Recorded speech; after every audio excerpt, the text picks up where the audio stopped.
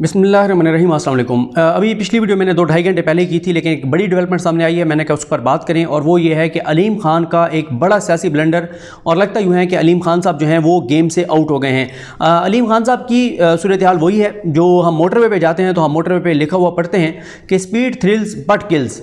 मज़ा तो बड़ा आता है जब आप फुल स्पीड में जा रहे होते हैं, लेकिन फिर उसमें खुदा न खास्ता हादसे के इम्कानात भी बहुत ज़्यादा होते हैं। इसीलिए कहा जाता है कि अपनी लिमिट में रहें, अपनी हद में रहें, अपनी जो एक स्पीड होनी चाहिए उसी में रहें। ज़्यादा जब आप तेज़ी में जाते हैं तो फिर उसके कंसिक्वेंसेस भी होते हैं, उसके नताइज भी होते हैं और फिर हादसा भी हो सकता है। तो लगता यह है कि अलीम खान की सियासी गाड़ी जो है वो बड़े हादसे का शिकार हो गई है। अलीम खान साहब ने किया क्या? अलीम खान साहब, एक तो ये है कि एक वक्त ऐसा है जब अलीम खान बिल्कुल सियासत से किनारा कश नजर आए, और मैंने आपको बताया था एक वीडियो में शायद कि यहाँ तक नज़र आता था कि अलीम खान अगर अब एमपी का इलेक्शन लड़ेंगे तो अपनी सीट भी हार जाएंगे। अलीम खान बिल्कुल साइडलाइन हो गए, इमरान खान साहब को मिले कि मैं बिज़नेस करना चाहता हूँ, समा टीवी ले लिया, बिल्कुल पीछे हट गए और मंजरनामे से बिल्कुल आउट हो गए। और तहफ़्फ़ुज़ात उनके बहुत सारे थे, वो वज़ीर आला पंजाब बनना चाहते थे, ये सारी सूरत हाल थी। लेकिन फिर जो है वो इमरान खान साहब ने उनका इस्तीफ़ा कबूल कर लिया और वो बिल्कुल इरेलीवेंट हो गए। अब हुआ क्या? हुआ ये कि अभी जब अलीम खान साहब ने ये देखा कि शायद वज़ीर आला पंजाब जो हैं वो चेंज हो रहे हैं, तो वो फ़ौरन निकल के आ गए और वो भी उम्मीदवार बन गए। ज़ाहिर है उनकी दोस्तियाँ तो थी, उनके तल्लुक़ तो थे, और उन्होंने जो अब लगता ही है, ज़ाहिर है अभी ये कुछ कहना कबल अज़ वक्त है, लेकिन मेरा एनालिसिस ये है कि उन्होंने जो है वो MPs को ये तासुर दिया कि मेरे मामलात इस्टेब्लिशमेंट के साथ सेट है, मुझे इस्टेब्लिशमेंट ने कहा है कि तुम एक्टिव हो जाओ, और फ़ौज ने मुझे कहा कि तुम एक्टिव हो जाओ। और मैं ये आपको बता सकता हूँ कि पहले आपको मैंने अपोजिशन का बताया था कि अपोजिशन ने रब्ता किया एक पॉलिटिकल फैमिली से जिनके 3 अरकान असम्बली हैं, उनसे रब्ता किया और उन्होंने कहा कि क्योंकि उनके MNA MPs मिला के 3 हैं मेम्बरान, तो उनको कहा कि आप हमारा साथ दें इमरान खान के ख़िलाफ़। उन्होंने कहा अच्छा हम आपका क्यों साथ दें? उन्होंने कहा हमारे पास नंबर गेम तो वैसे ही पूरी है। उन्होंने कहा अच्छा इत्तेहादी आपके साथ हैं? जी बिल्कुल। उन्होंने कहा अनाउंस क्यों नहीं किया? कहते कर देंगे। अच्छा PTI के भी इतने लोग हमारे साथ हैं। उन्होंने कहा इन सारी बातों को छोड़ दें, फ़ौज आपके साथ है या नहीं है? कहते हैं जी फ़ौज हमारे साथ है, फ़ौज के कहने पर हम ये सारा कुछ कर रहे हैं। उन्होंने कहा अच्छा आप ऐसे करें, आप ना जो हमारे डिवीज़न का सेक्टर कमांडर है जो ISI का, उससे हमें कॉल करवा दें, वो हमें कह दे ISI का सेक्टर कमांडर तो हम आपके साथ हैं कि इस्टेब्लिशमेंट की कोई तो हमें सबूत दें, कोई तो हमें गवाही दे, कोई तो हमारे सामने चीज़ हो। तो ऐसा वो नहीं करवा सके अपोजिशन वाले।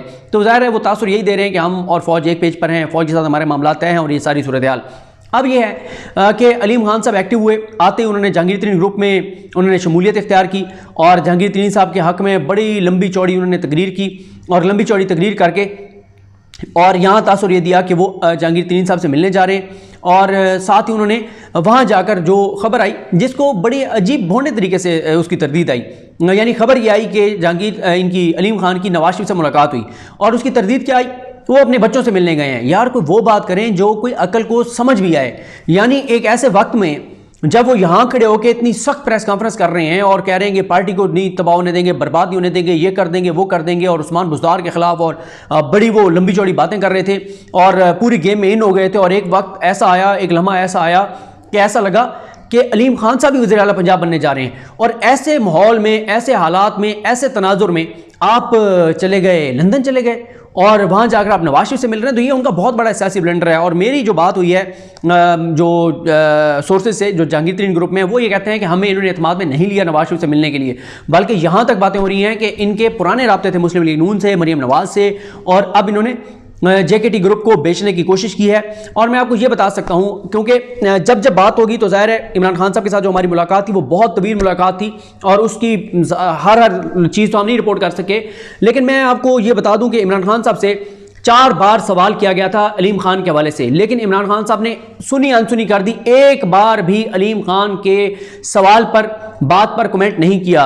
और इमरान खान साहब ने यह ज़रूर कहा था जहांगीर तरीन के हवाले से, जब जहांगीर तरीन के हवाले से बात हुई तो उन्होंने जहांगीर तरीन के हवाले से कहा था कि जितना मैं जहांगीर तरीन को जानता हूँ, जहांगीर तरीन चोरों, डाकुओं और गद्दारों के साथ हाथ नहीं मिलाएगा।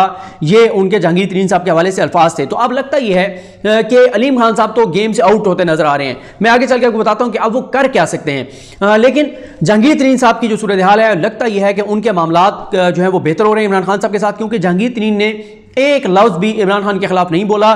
जहांगीर तरीन ग्रुप के लोग बड़ा सेंसिबल तरीके से बयान दे रहे हैं। वो ये कह रहे हैं कि इमरान खान हमारा लीडर है। और आपने देखा कि अलीम खान को एक और नुकसान ये हुआ कि अलीम खान के लोग गए वहाँ पे पार्लिमानी पार्टी का जो इजलास था उसमें बहुत से लोग गए, और जिन लोगों का दावा कर रहे थे अलीम खान के वो भी मेरे साथ हैं, उन्होंने टीवी पर बैठकर कहा कि हमारे हवाले से टीवी चैनल ने गलत खबरें चलाई, हम अलीम खान के साथ नहीं हैं। तो अब इस सारे मामले में आप ये देखें कि जेकेटी ग्रुप अगर वो इसी तरह से खड़ा रहता है, सिर्फ बुज़दार के खिलाफ खड़ा रहता है, इमरान खान के साथ खड़ा रहता है, तो इनके इम्कानात तो हैं रोशन। बाकी जहाँ तक अलीम खान साहब की बात है, उनके साथ जो लोग गए हैं, क्या अलीम खान देखें ना, उनसे शायद चांदे से मुशावरत की हो, लेकिन क्या अलीम खान के लोग अगर जाएंगे मुस्लिम लीग नून के साथ तो क्या मुस्लिम लीग नून को टिकट देगी?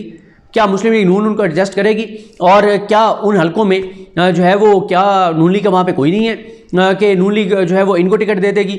और क्या नून लीग की बात पे एतबार है? यही चीज़ें ज़ाहिर है जेकेटी ग्रुप में भी ये चीज़ें ज़ेर बहस नहीं कि अगर हम नून लीग का साथ देते हैं तो ये बताएं कि टिकट अगर हमें पीटीआई का टिकट हमने छोड़ना है तो क्या नून लीग हमें टिकट देगी? और कैसे हम इनके ऊपर एतबार करें? फिर यहाँ जो तरक्याती काम हो रहे हैं उसका हम क्या करें? और अगर ये अदम एतमाद और ये सारा जो मामला है ये फ्लॉप हो गया, ये सब कुछ, ये सारी तहरीक नाकाम हो गई, तो फिर हम तो ना उधर के रहेंगे ना इधर के रहेंगे। फिर कितनी गारंटी है कि नून लीग हमें टिकट देगी? और फिर क्या गारंटी है कि इसके बाद, इस अदम एतमाद नाकाम होने के बाद नून लीग का यही जो है वो टेम्परामेंट और यही उनका जैसा कि बना हुआ है सारा, यही हालात रहेंगे? तो लगता यूँ है कि अलीम खान साहब गेम से अब आउट हो गए हैं इस ब्लंडर की वजह से, और जेकेटी जो है वो इमरान खान के करीब आ रहे हैं और इनकी सुलह के इम्कानात बढ़ गए हैं। दूसरी जहाँ तक बात है वो है उस्मान बुज़दार साहब की। उस्मान बुज़दार साहब के हवाले से मुसलसल ये मुतज़ाद दावे आ रहे हैं। कहीं भी आ रहा है कि उनको हटाया जा रहा है, कभी है कि उनको नहीं हटाया जा रहा। मैं वो बात बता सकता हूँ जो इमरान खान साहब ने खुद कही। इमरान खान साहब ने कहा कि उस्मान बुज़दार बहुत अच्छा काम कर रहा है, उसने वो शाये है, वो टीवी पे नहीं आता, शहबाज शरीफ की तरह शोबाज नहीं है, और जितने तरक्याती फंड्स उसके दौर में खर्च हुए कभी पाकिस्तान की तारीख में नहीं हुए। पंजाब में तरक्याती काम हो रहे हैं, MPs उससे मोहब्बत करते हैं, MPs उससे खुश हैं। सिर्फ वो लोग खुश नहीं है जो खुद वज़ीर आला पंजाब बनना चाहते हैं। और साथ ही इमरान खान साहब ने ये कहा था कि अज़ान के बाद बात करता हूँ। जी, तो हम बात कर रहे थे, इमरान खान साहब ने ये ज़रूर कहा कि जब आपने वज़ीर आला को बदलना होता है, किसी भी वज़ीर आला को, तो एक पूरा थॉट प्रोसेस होता है, देखना पड़ता है, चीज़ें देखनी पड़ती हैं, आप उसको क्यों चेंज कर रहे हैं, किसको ला रहे हैं, क्यों ला रहे हैं, क्या ऐसी चीज़ है जो ये नहीं कर रहा था जो वो करेगा, तो ये पूरा थॉट प्रोसेस है। उधर से जो देखें अलीम खान साहब ने काफ लीग से भी बिगाड़ ली, क्योंकि काफ लीग जो है वो तो खुद दूल्हा बनने के चक्कर में थे, और ये अचानक सामने आ गए कि ये जो है वो ये सियासी शादी मुझसे ही होगी और मैं ही दूल्हा बनूंगा। तो वो तो ऑलरेडी वो भी तैयार बैठे थे, तो इस तरह से इनकी रकाबत आ गई है। अब एक ही जो है वो दुल्हन है वज़ारत आला पंजाब की, और सियासी शादी अलीम खान साहब भी रचाना चाहते हैं, चौधरी साहब भी रचाना चाहते हैं। तो अब ये है कि रकाबत का रिश्ता फिर आपको पता ही है कि कैसा होता है। तो ये अब आसान नहीं है कि दोनों एक पेज पर आ जाएं, और मैं ये समझता हूँ कि बड़ी डेवलपमेंट है। ये जो बड़ा ब्लंडर किया अलीम खान ने, इससे इमरान खान के जो मुखालफिन हैं उन सबको एक धचका लगा है। उस्मान बुज़दार बिल्कुल तब्दील हो सकते हैं, इमरान खान उनको तब्दील कर सकते हैं, लेकिन अगर ये कहा जाए कि इमरान खान को इस तरह से ब्लैकमेल करके कि फ़ौरन करो वरना ये हो जाएगा वो जाएगा, तो शायद ऐसा वो ना करें। हाँ, ये ज़रूर है कि कुछ टाइम गुजरने के बाद वो देखें, लेकिन चेंज करना बड़ा मुश्किल भी है, इतना कोई आसान भी नहीं है, क्योंकि अब रोला ज़्यादा पड़ गया है, अब ग्रुप ज़्यादा बन गए हैं। अलीम खान ग्रुप है, जहांगीर तरीन ग्रुप है, एक वो छीना ग्रुप है, और इसी तरह से काफ लीग अलग है, इमरान खान साहब की अपनी एक राय है। तो चीज़ें बहुत कॉम्प्लिकेटेड हो गई हैं, इतनी आसान भी नहीं रही। लेकिन बात वही है कि चेंज हो सकते हैं, उस वक्त होंगे जब इमरान खान साहब चाहेंगे, और जब कोई वजह भी नहीं होगी वो चेंज कर देंगे। और ये सारी इतलात आ रही थी कि इमरान खान साहब उनको चेंज करने लगे हैं, और उसकी वजह यह है कि इमरान खान साहब जो हैं वो ये चाहते हैं कि आप, क्योंकि साउथ पंजाब को वो अलग जो है उसका वो करने जा रहे हैं सेक्रेटेरिएट और ये चीज़ें और फंड्स मजीद, तो उधर एक इस तरह की कमेटी और कमीशन, एक टीम ऐसी बना दी जाए जो इन सारे मामला को देखे, और अब जो है वो सेंट्रल पंजाब पर तवज्जो दी जाए और यहाँ से कोई बंदा लाया जाए। इस तरह की भी इम्कानात थे, लेकिन जिस तरह से ये पूरा माहौल बनाया गया कि इमरान खान की हुकूमत गिरा देंगे अगर उस्मान बुज़दार को चेंज ना किया गया, तो इस चीज़ से बहरहाल इमरान खान साहब का मिजाज जितना हम जानते हैं, जितना लोग देखते हैं उनको, इस तरह की चीज़ उनसे करवाना मुश्किल है। लेकिन इस मौके पे वो कोई भी फैसला कर सकते हैं। अब देखते हैं कि इस सारे में क्या आगे मामला किस तरफ जाते हैं। जो भी इसमें डेवलपमेंट होगी उस पर बात करेंगे। अल्लाह करीम हम सब का हमें नासर हो। मुझे अपनी दुआ में याद रखिएगा। अल्लाह हाफ़िज़।